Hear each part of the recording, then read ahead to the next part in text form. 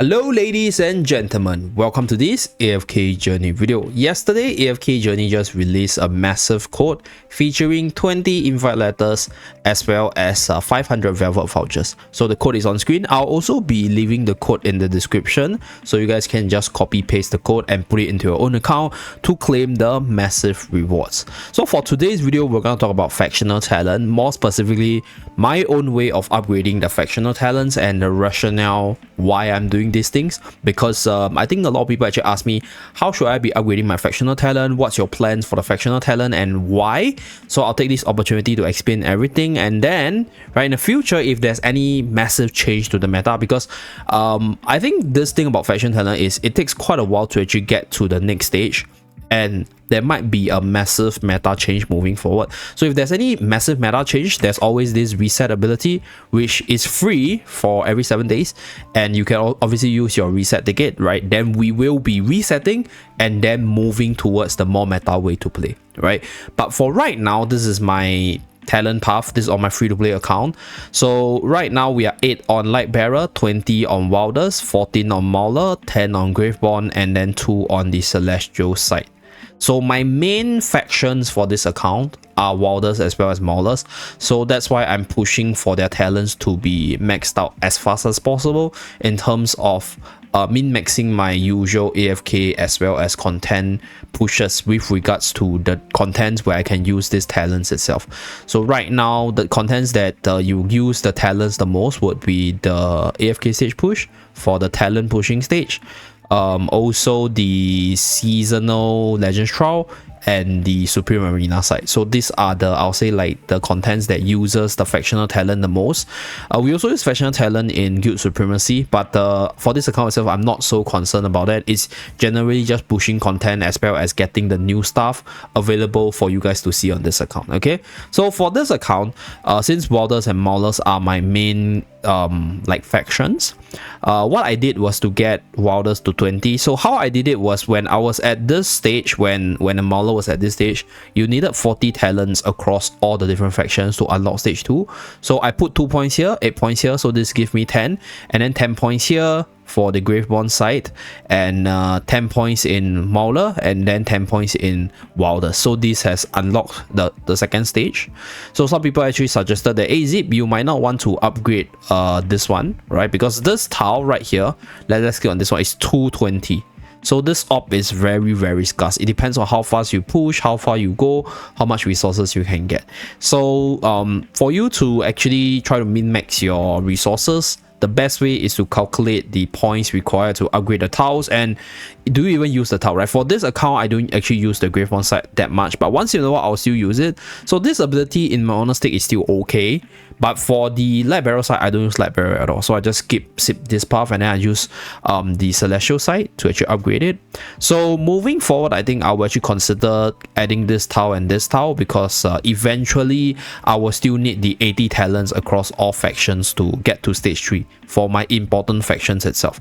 So my focus now is to get the Mauler to this tile to get unaffected for the prime carrier, and then either go this path or this path. Either way, I'll have to max it, but this one to this one, and then get the extra talent buff tile. So that's how you min-max your resources to reach the talent buff tile as fast as possible. So you get to the next stage, and then you go down one path and get the 2 tiles, and then from there, because for me I use the Wilders a lot, I just upgrade everything because the stats will benefit me. And then now I'm doing the same for Mauler. So I'll go like this, go to the middle, go to the left or right, and then go to the extra talent tile, and then focus on all the remaining tiles for the Mauler side. So that's my upgrading plans for now. So for my recommendation for most players, right, I'll say skip Lightbearer. Like, even on my Will's my friend's Will account, Lightbearer as a whole is just really hard to find 3 units for any respective game mode that has insane synergy and is insanely good to come together to activate this tile in the first place. The tile itself is insanely good, like this ultimate spamming, ultimate damage boosting tile is good, but right now a lot of the users that are good with this tile are not good characters in a Lightbearer side. So even if you do feature the Lightbearer characters and you activate this tile to get this amazing buff, the unit's power level is just too low to actually significantly benefit from it, like, or rather to be game changing in the first place. So in terms of the Lightbearer side, I think if Hypogean is a Graveborn, right? So if the new characters, I know Sinbad is decently good. Rowan is a character which you can definitely use for PvE contents, to a certain extent for PvP as well. So Rowan is one character which you can definitely slot in. And then Vala is another good character which I think in general is okay. So if you are running the Lightbearer heavy team, then you probably have Lucius as your frontliner, for example. Then that way you have, like, I'll say a few units that are pretty interchangeable for the different game modes, by either PvE or PvP side. But in most cases, Lightbearer has an insanely good ability, but they have a very weak roster, so they are definitely not a priority for me. So that's why I left Lightbearer at 8. And then the reason why we had 2 here is because I wanted the unlock condition, right, for stage 2. So moving forward, I'll probably upgrade these 2, but right now, because we are a little bit crunch in terms of the orbs, so I'm trying to maximize the 2 important factions first and then coming back later. So I'll get these 2 eventually, just for the stage 3 one. You need 80 talents across all factions.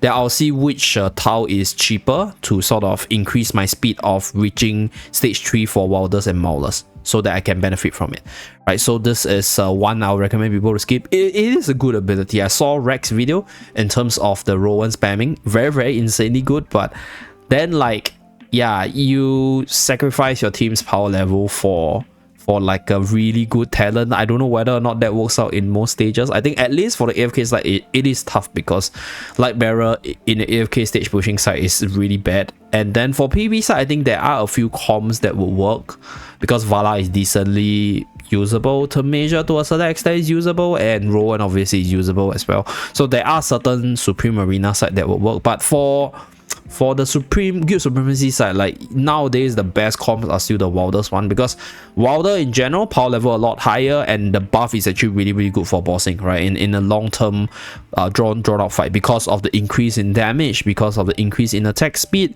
The units that gets this buff is just a lot better for bossing. So even though the Lightbearer buff seems really good on paper, but because of how weak the faction is, as well as how good the Wilders tile is for bossing, it basically makes Lightbearer side not so attractive, right? Things might change in the future. Maybe if somebody discovered a build that's really meta, and you can benefit from 2 units having this insanely good ultimate buff, then maybe I'll reset my talent and then move towards the Lightbearer side. If not, this is the least recommended tile in my honest take. And then for the Wilder side, I don't think I need to explain too much. This is one of the best bossing talent, right? This increase in damage, increase in attack speed, combined with the fact that Wilders have some of the best units in the game, right? Iron, Arden, Damien, even Brian with the magic charm skill is so good for bossing because of the debuff, that it is easy to activate this really good ability that could benefit 2 units when you have 2 tiles available. So that's why this is the top priority for most people. And then depending on your own accounts, I'll say, like, build up. If you're a massive whale and you're more PvP centric, to be really honest, I think the Celestial side is insanely powerful. Like, this ability is probably the strongest of them all, because it deals true damage to AoE with most enemies and stun them, right? So this is game changing in PvP. And this ability over here also helps your prime carrier recover energy and HP. So when you combine that with units like, for example, Dino, right, units like Talon, for example, if you have the account to feature 3 Celestial Hypogean character to activate the tile, I think this is the strongest ability. It's just that I think this is not the highest priority, because it's not available for most people. And right, it is a very, I'll say, like, whale centric one, because even if you have these units, if you go into PP, your tiers are a little bit lower compared to someone else who focuses on their normal units to maybe like Paragon 2, then like the effect that you can see will be a lot lesser, right, compared to just having like your usual characters. So those are the 2 concerns, but in general I think this is the strongest ability, just that it's not the highest priority because it's hard to activate. It's more for the people that has the ability to activate it consistently, and they have the units to to abuse this really powerful ability. So that's for the Celestial Hypogean side. So for free to play, I think it's an easy skip, cause yeah, running 3 Celestial Hypogean in a team like the most common Celestial Hypogean for free to play players are what? Reina, maybe for example Taylin, because she's good in this season, and then maybe other Skalita Foresto. So these 3 units, even in PvP, they have very little synergy with each other. So like you did rather just use the Wilder side to just activate the tiles more easily. So that's my thought about the Celestial Hypogean side. So I'll say for most free to play, it will be the Mauler and the Wilders, cause like Mauler is also really easy to activate. Oli, Coco, Smoky, right? This tree is pretty much everywhere. So the only thing about this factional talent for me is that this is a very melee-centric factional talent, because it sends your unit in, and yes, it gives a shield to your team. But yes, it also gives you the unaffected, but then like Odie is not a good choice for this, right? Obviously Coco is not a good choice, Smokey is not a good choice. The better choices are like Mikola, Shakir. I think even Mikola is not that good, because you kind of don't want to send in like a support, and then even though the shield is good, but it's like the support will melt, right? So you want to send units like Shakir, units like Brutus, units like Entendra, maybe units like Lumon, right? It's also okay. So this, I'll say this is definitely also insanely good for PvP, because like the prime carrier is unaffected. So if you get 2 tiles and then you send in like a, for example, like a Brutus or a Seth, for example, or if you send in a Lumon, what if, or just any other units, you don't have to send in the Maulers. But assuming if I feature like 3 Maulers in a PvP side, I'll say it's like probably Coco, Shakir, maybe Mikola, maybe Brutus, and Tendra is also okay. And then I put like my carry in this prime carrier slot to get the unaffected for the first 8 seconds. Then that could counter like the Wilder's control comp a little bit. So that's my plan for this one. So to get the unaffected as well as the second tile, and then have a stronger Supreme Arena presence with the upgraded path. So the thing about the Graveborn side, I personally think Graveborn is a little bit wasted.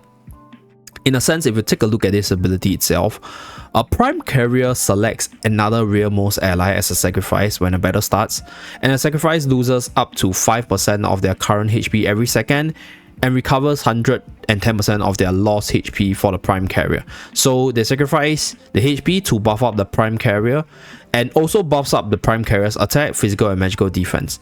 So further leveling increases the recovery when they defeat or seize a non-summon enemy, and then right, further increase will give you more shield protection on the carry, and also give you more like sacrificing ability to buff up the team or buff up the carrier, the prime carrier itself. So this ability is like really good for like hyper carry buffing.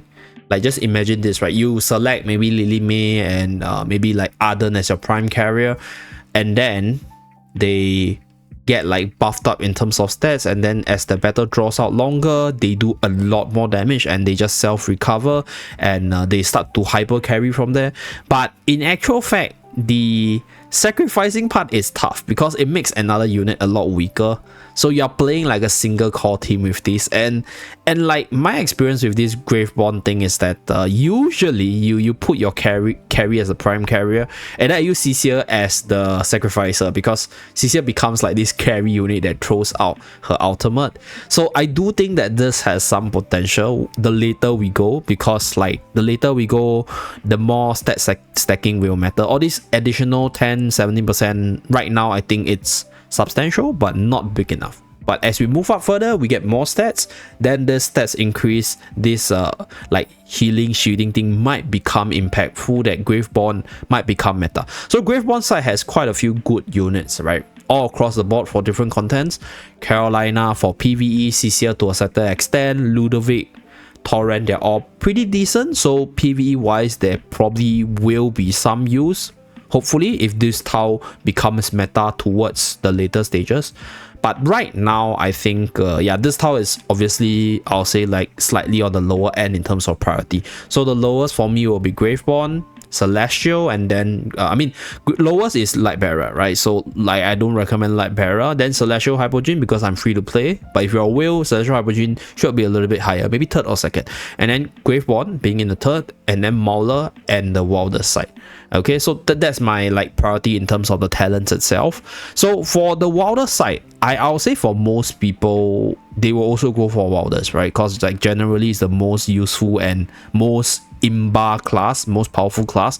So in terms of the upgrading path moving forward, what I'm gonna do is I'm gonna go for all the offensive stuff, because this one gives me more damage output for the bossing contents. For example, Primer Lot that's to come, like Primer Lot needs more damage, so getting the attack speed buff as well as the damage increase, the further your normal attack damage hits the enemy from, gives you that like little bit of advantage in terms of your Guild Supremacy as well as your Primer Lot. So that is my upgrading pattern. So this one, so I'll go like this, maybe like this, and then get to this one, right? Then later on progress to upgrade all this. So the usual way to upgrade is just upgrade all the one with the sword path to get your DPS increase and then get the offensive ability. Then same thing for the Mauler side. So for the Mauler side, yeah, I think it's also the attacking path. So we will get, I think for the Mauler side, I'll go for the life drain as well as the shield first, cause like I need to survive first for my DPS to kick in, right? So that's why I did rather get to these two and then get this one. This fatal on the first, like the first immunity to the first fatal blow is quite insane actually. So in the PvP side, so I guess it's this one and then this one. Okay, so for the Graveborn side, let's take a look. Healing amount. Okay, Graveborn side is a little bit, I'll say, like challenging, because I don't know whether or not like the more healing power is better. Okay, if you're winning more, I think I might go for this, but then if not, I think I'll go for this one and the healing one. Yeah, so I get more like stats increase. I also get more heals. So this will allow my prime carrier to hyper carry better. So after that, we go to this one. Marks the furthest enemy as a sacrifice for 15 seconds with a better start. During this time, the sacrifice lose HP each second, up to 60% of the prime carrier's attack. So this helps me bring the enemy down faster and, right, allows me to get buffed up, right, from having the enemy being one of the sacrifice. So that's for the Graveborn side. For Celestial Hypogean, to be honest, it's also good. Okay, if I finish up stage 2, then if I go into stage 3, I think I'll just go for damage and control. Yeah, like Dino with this stun and this like additional true damage is so insane. Then we get to this one. Like this will be really so that's my upgrading, I'll say, like thoughts for stage 3. I'll say like my account which I can use the Celestial Hypogean talents. Yeah, so for stage 4 side, I think we're still really far. I think by the time we reach stage 4, we should be probably 1 to 2 months later. So I think by then, if my opinions did change for stage 3, I'll do another video to cover it. For the Lightbearer side, I don't know. I'm not gonna upgrade Lightbearer anytime soon. Maybe for this account, I might do it just for the talent side. So for the Lightbearer side, yeah, I will get everything. And then for this one, yeah, I'll treat Lightbearer more as the additional cheap stat boost for me to get to the next tier. But if I were to focus on Lightbearer, let's take a look at their path, right? 70% to 75 penetration. I think I'll go for the ultimate as well as the attack, because most of the ultimates have like scales off the attack stats of the unit. So that way, I scale off more attack and then I get more power up on my ultimate to increase my damage overall. So this is probably the way I'll go for Lightbearer. So left side for stage 3, left 2 for Welders are out the priority, but these are priorities. So the left 2, right, then if I want the stats on the right side, I'll upgrade this as well. And then for Mauler, what I'll do is permanent shield as well as life drain. So left 2 as well. This is for stage 3. And then for Graveborn, it will be left and the right side. Yeah, so that's pretty much it for my upgrading recommendations. So like I mentioned, we're still really early into the season itself, even though the story is done, but there's still a lot of events and contents coming up, and the meta or the priority might shift according to the changes to the priority for the game mode. So moving forward, if there's any massive changes or any change in ideas for the factional talent upgrading plan, then I'll release another video for it. Okay, so that's it for this video. Thank you very much for tuning in. Do remember to like and subscribe to see more. See you guys again in my next video. Bye guys.